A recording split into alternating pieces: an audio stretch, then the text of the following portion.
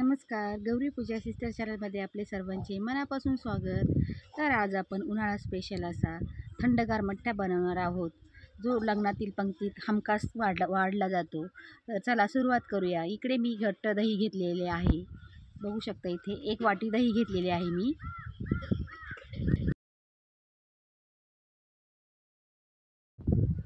दही अशी ताजी फ्रेश दही घ्यायची आहे. 1 वाटी दही घेतले घट्टसर आणि मिक्सरच्या भांड्यात ओतून घेऊ आपण. 1 वाटी दह्यासाठी आपण घेतलेले आहे 2 वाट्या पाणी. थंड पाणी घ्यायचं आहे, ते फ्रीजमधलं पाणी.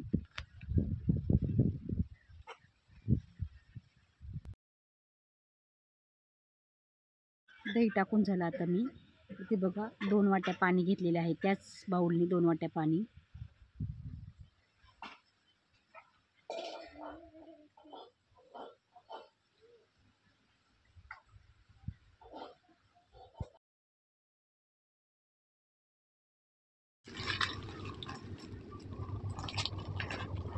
आता आपण मिक्सरच्या जारला झाकण लावून मिक्सरला फिरून घेऊ.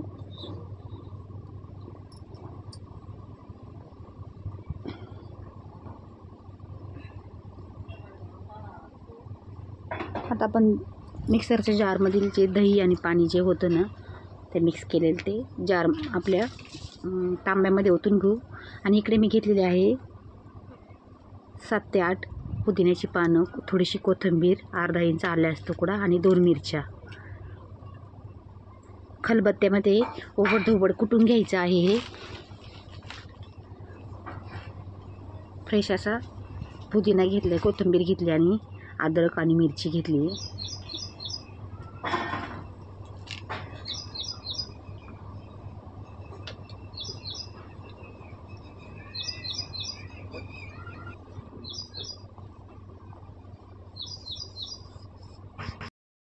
खलबत्त्यामध्ये कुटलेलं वाटण आपण आपल्या तांब्यामध्ये ओतून घेतलं आहे आणि मिक्स करून द्यायचे त्यामध्ये.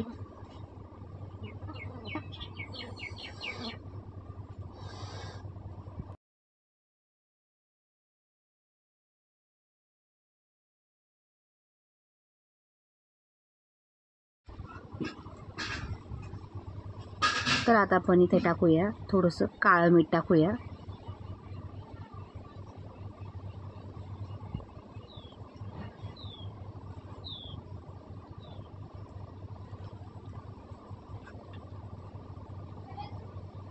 साखर टाकूया चवीनुसार.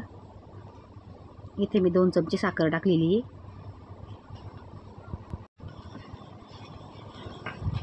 आणि थोडंसं मीठ टाकूया आणि पुन्हा एकदा विस्कलच्या साहाय्याने मिक्स करून घ्यायचं आहे चांगलं.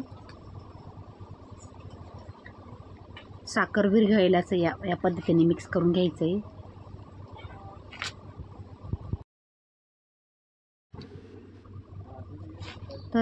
तर आता विस्कलच्या साहाय्याने आपण साखर टाकली ती मीठ, सैंधव मीठ जे टाकलं होतं ना, ते मिक्स झालं पाहिजे. अशा पद्धतीने हलवायचं आहे आणि साखर विरघळल्यानंतर आपला मठ्ठा तयार होतो. असा हा थंडगार जेवणाची रंगत वाढवणारा मठ्ठा आपला तयार झालेला आहे. तर चला आपण ग्लासमध्ये ओतून घेऊया.